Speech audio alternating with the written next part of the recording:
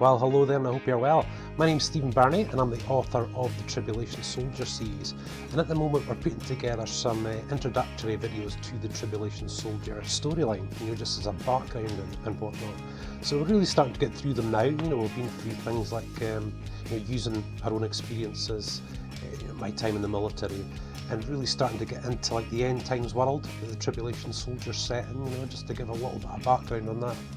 And of course in the previous video I mentioned that we'd move on and we get on to the military of that time.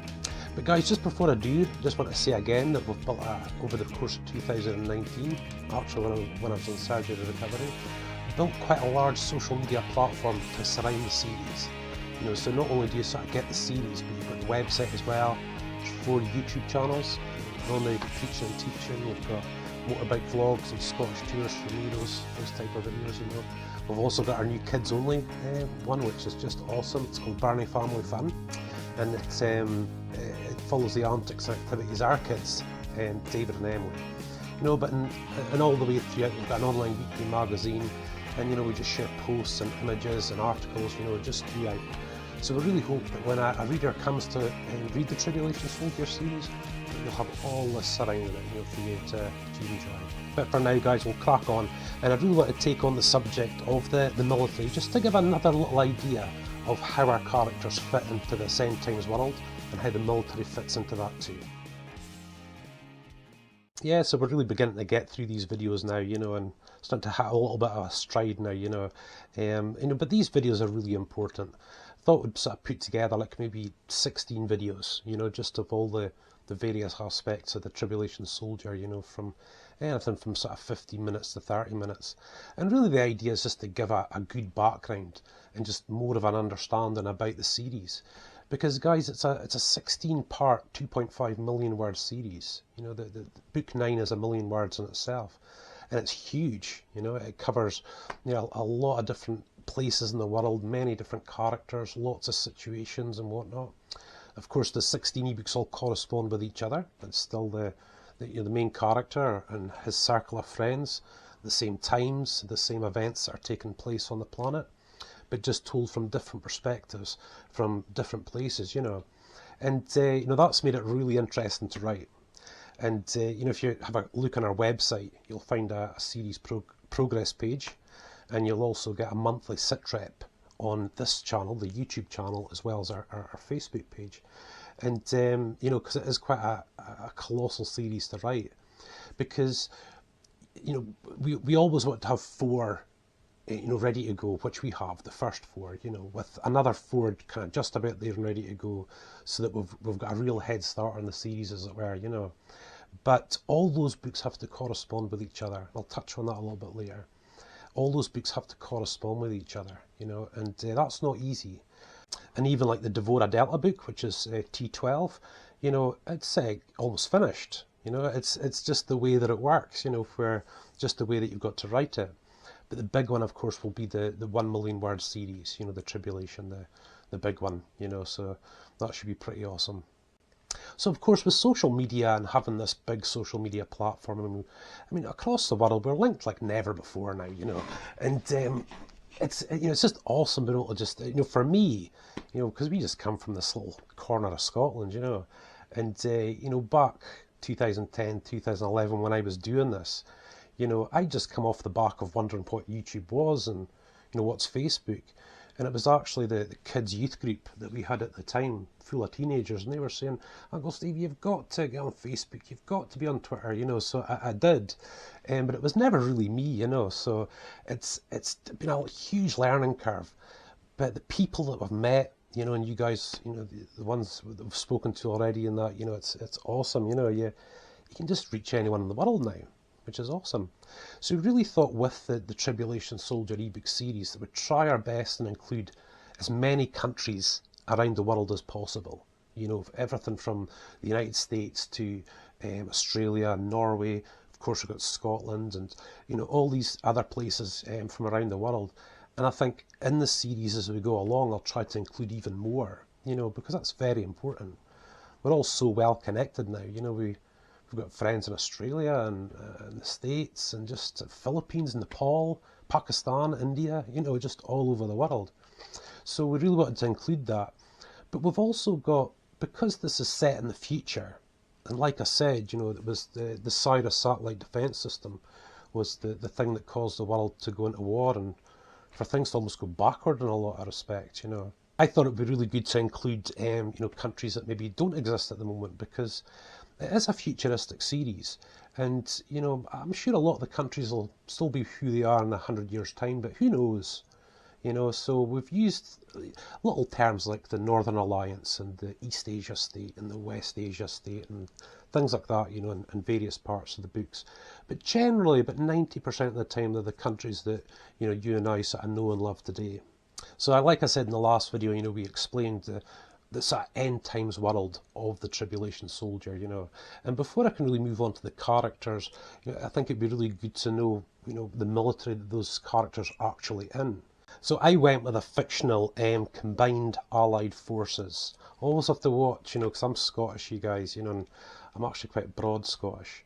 So, you know, I've really got to try and tone it down and sometimes trip over my words a bit. But I went with a combined allied forces, and with sort of four main, you know, sort of northern hemisphere countries: the US, Russia, Scotland, and Ireland. And that was the ones I sort of put together. But of course, the combined allied forces in the Tribulation Soldier are all over the world, you know. So although we have the Scottish Defence Force, which I'll go on to next, although we've got that, they're still part of the combined allied forces, and they work very, very closely together in this end times world.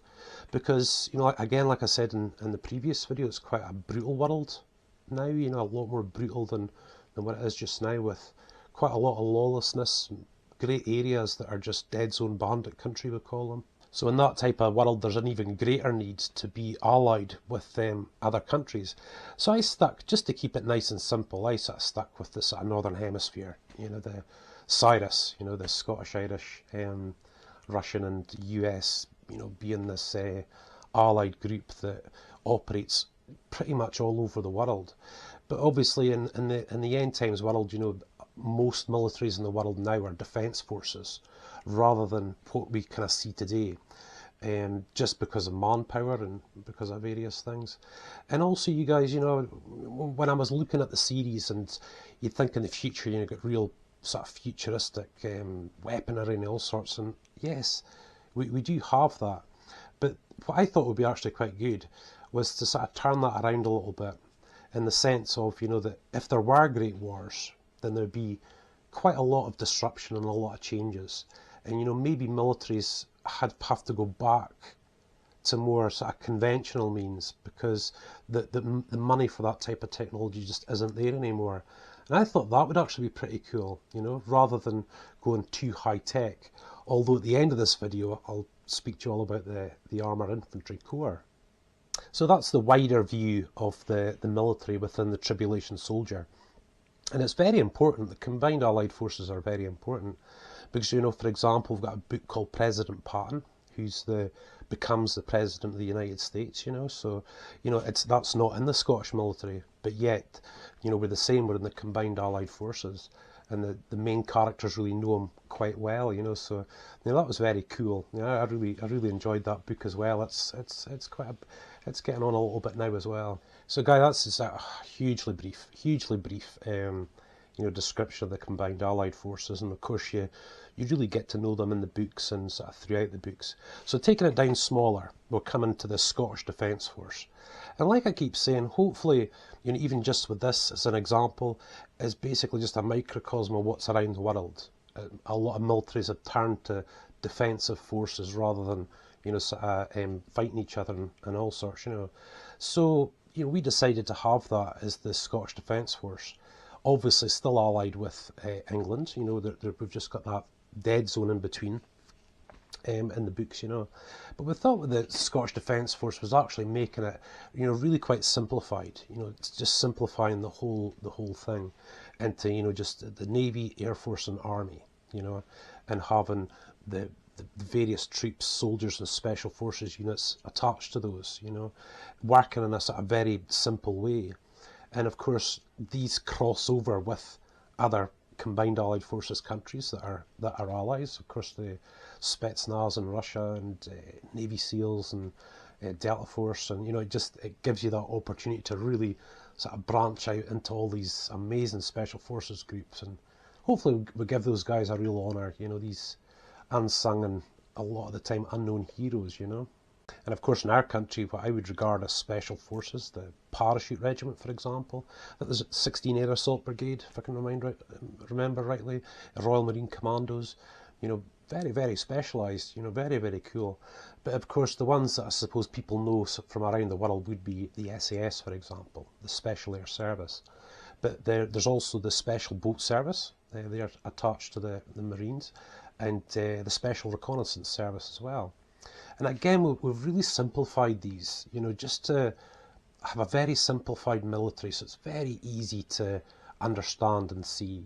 I'm not really hugely detailed about these things in books. I'd rather just tell the story, and these things be quite simple to understand, just so it flows. So again, we just break from the army, the Air Force, and the Navy. It's another sort of real fun. It is a fun part for me, is incorporating all these various regiments and groups that we have. We're obviously very proud of our Marines, paratroopers, our SAS soldiers, SBS, and all the guys. Very proud of them in this country, I think. And as always, you guys, I know it sounds a bit cliche, but I just hope we do honour you guys that have served and been across the world, and I really hope that sort of shines through. I hope that warmth shines through. So in the Scottish Defence Force, we've kind of this futuristic Scottish Defence Force, we have this, but we have an added little extra here in Scotland, and of the Armour Infantry Corps. And I really wanted something just a little bit more advanced, not too far, but just something a little bit more advanced to make the story just have that little bit extra, But on the other side of that coin, I really wanted to have this small group of soldiers, specialised soldiers, that were so well armed and so well protected that they could be sent into any place in the world just purely because of their training, the armour that they have and whatnot. Because this opens up a whole new avenues of storylines and situations and circumstances that maybe in this end times world, your parachute regiments, your Delta Force and so on wouldn't really get involved in. Like I said, most militaries in the world in the our end times world are defensive, but they work very, very well together. So yeah, the Combined Allied Forces is really the main organisation that we sort of focus on throughout the Tribulation Soldier series. And the base to that for us obviously is the Scottish Defence Force. And sort of moving on from that, like I said, to the Armour Infantry Corps, And again, guys, I just hope in that it just keeps it really simplified, and it gives you the chances to tell a story rather than getting into too much detail. And the military is obviously a subject that I thoroughly enjoy myself, And although we don't go into major details with those sort of things throughout the series, I think most people who read would know what intelligence officers do and special forces soldiers and whatnot, But what maybe some don't know might be about these actual military operations themselves, these special forces operations, and in that we're going into a little bit more detail.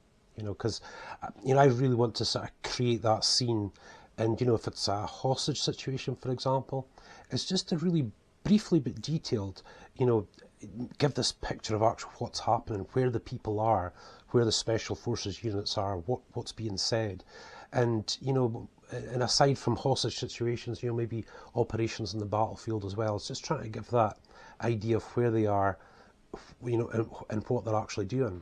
So that's hugely enjoyable for me, and I think my interest first sort of sparked up. Of course these days, we see so much on television, on YouTube. The Gulf War was so well televised. You could see many things that went on there, and we've seen so many films about it since. But one of our first real here in the UK, one of the first times we really came eye to eye with the SAS was the Iranian embassy siege in London, and this was back in 1982, I think. Might have been 1981. I think it was 1992, and there was a hostage crisis happening there. And at that particular point in time, the police were there. It was all sort of cordoned off, and you know, there was police negotiators working, you know, speaking to the terrorists and so on. But there came a point where they executed one of the embassy staff members. And at that point in time, when that happened, the authority of the situation changed from the police to the military. And all of a sudden, we start seeing these guys dressed in black come up out onto this balcony and guys up on the roof. And at first, you're thinking, who are these dudes? Are they the terrorists?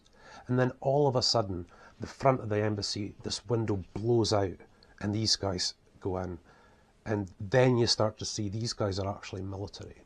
And they went in, they took the whole situation, they cleared rooms, flashbangs, and room by room, and going through, getting other guys out.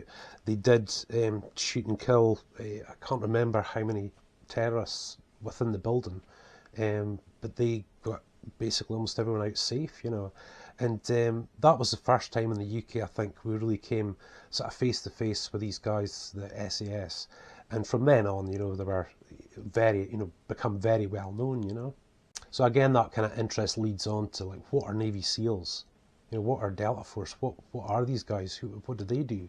You know, so you sort of being interested in the military, you kind of have this all your life, you know, and you see all these, you know, you guys know you had some absolutely phenomenal films, you know, various things like Black Hawk Down and so on, you know, and of course nowadays again you get this real televised war, really, you know, that you're just seeing it on your sort of TV screen, you know. But it's all those sort of things together that I've tried to sort of pull into the Tribulation Soldier, you know, so that, you know, it's not something that's unfamiliar to anyone. It's very familiar. You know, this is the way our men and women operate in the world today in the various militaries. And hopefully in that you'll see that familiarity, you know. And again, you guys, I have to say, it gives me that opportunity to, you know, to show some of these operations and various things that, you know, we're very proud of our armed forces, our allied armed forces. You know, we are very proud of them. It's a very UK or very British thing to be very proud of the Navy, for example, and you know, things like that. And you have that sense as a writer. You want to sort of honour it, you know, especially for, you know, the people that have given their lives, the you know, the mums and kids that have lost the parent, you know, and you just really hope there's a real honour in it, you guys, you know. It's just something really quite special in the military. And I think, you know, it goes even deeper when it comes to the characters, which we'll get to in another video. It's that camaraderie, that brotherhood, you know, and like I keep saying, our military personnel see a side of life that we'll maybe never see, you know, most of us here in the Western world.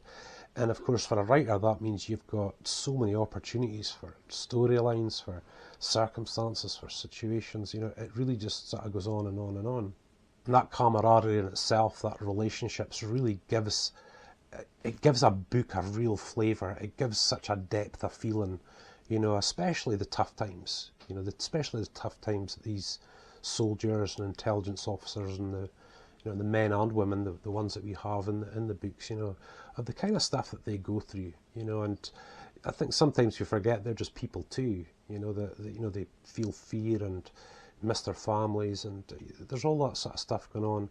And I just feel like I just kind of always hope that it gives a great story, but at the same time as a bit of a thank you as well, you know, just to speak so warmly about these military personnel that we know and love, you know. So guys, that's the bare basics about hopefully that you just with the end times world, seeing how the combined allied forces, the Scottish Defence Force, the Armour Infantry Corps, hopefully that just gives you an idea of just the world and what we're going to use to operate through, you know. But of course the big thing in these books is the Armour Infantry Corps. And like I said, you know, the world is is a bad place to be in these days in various places in the world, but in this end times world it will be actually worse. And again, like I said, it opens up all these avenues that you can write about and go into. So with the guys being so well armoured, you know, they can go into some of the toughest places in the world. and they are given these amazing vehicles and aircraft, like the Montagu Harrier, and we've got the Wildcat helicopter, and they've got their own APCs and outrider vehicles and tanks and all sorts of different things for their specific work, And with the Armoured Infantry Corps, they are sent around the world as part of the combined Allied forces. And what I wanted to do was have these guys working from the level of, if you're in the Special Air Service, then you can go on to be in the SAS Armoured Infantry Corps, that particular unit. Or if you're in the SBS, you can move on and be into the SBS Armour Infantry Corps. And of course, this makes these guys, it puts these guys into this position where they are very unique. It's the sort of top level as being a soldier in the Scottish Defence Force. And of course, then that gives you the opportunity to have the Armoured Infantry Corps working with Navy SEALs, with the Royal Marines, with Rangers. It really, for me, it just really brings it all together. Where I can just really put across this international camaraderie and respect between soldiers. And again, it's not just soldiers. They've got the high level, intelligence officers and fighter pilots, and throughout our series, we try to highlight as many as we possibly can. But the Armour Infantry Corps is the one we sort of try to sort of stick with. Yeah, so pretty big, as you can see, you guys, a really big series. But I think with the combined Allied forces and various things, it just gives us that sort of simple structure to work with, and gives sort of a flavour of how these guys are sort of working together across the globe in this sort of end times world, But this is really what the Tribulation Soldier's all about, and the military theme is big. It's obviously very big, and we just hope to. I just certainly hope to keep writing and writing and writing, and just trying to use as many countries as possible and as many branches of the military as possible. So, guys, I probably went on enough for one night, and again, thank you so much for watching and listening. Again, a lot of the time you guys have really got to try and clean the Scottish up, because it can be quite strong and whatnot, so I just try to speak as simply as I possibly can, just the way that I write. But yeah, like I mentioned in the very beginning, you guys, we've got quite a big social media platform surrounding the Tribulation Soldier series now, and of course the hope is that this will give our readers some great features to enjoy during the series. Hopefully these videos will be really helpful, and guys, it's quite a sort of laid back thing, these videos. I'm not a fancy guy and or anything like that. I don't like complication or whatever. I like things to be nice and simple. So hopefully these videos have been just nice and simple.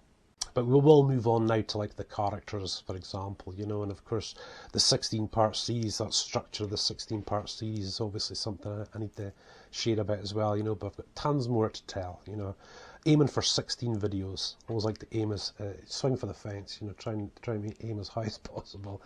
And, hopefully you guys, this is going to give just so much sort of great information. But at the moment, at the time of sort of doing this video, I'm still sort of recovering from surgery and whatnot, getting better, getting there. Certainly starting to get through it now. And, just really enjoying doing these videos and sort of looking forward, So for now, guys, listen, thanks so much for watching, and we'll hope to hear from you soon.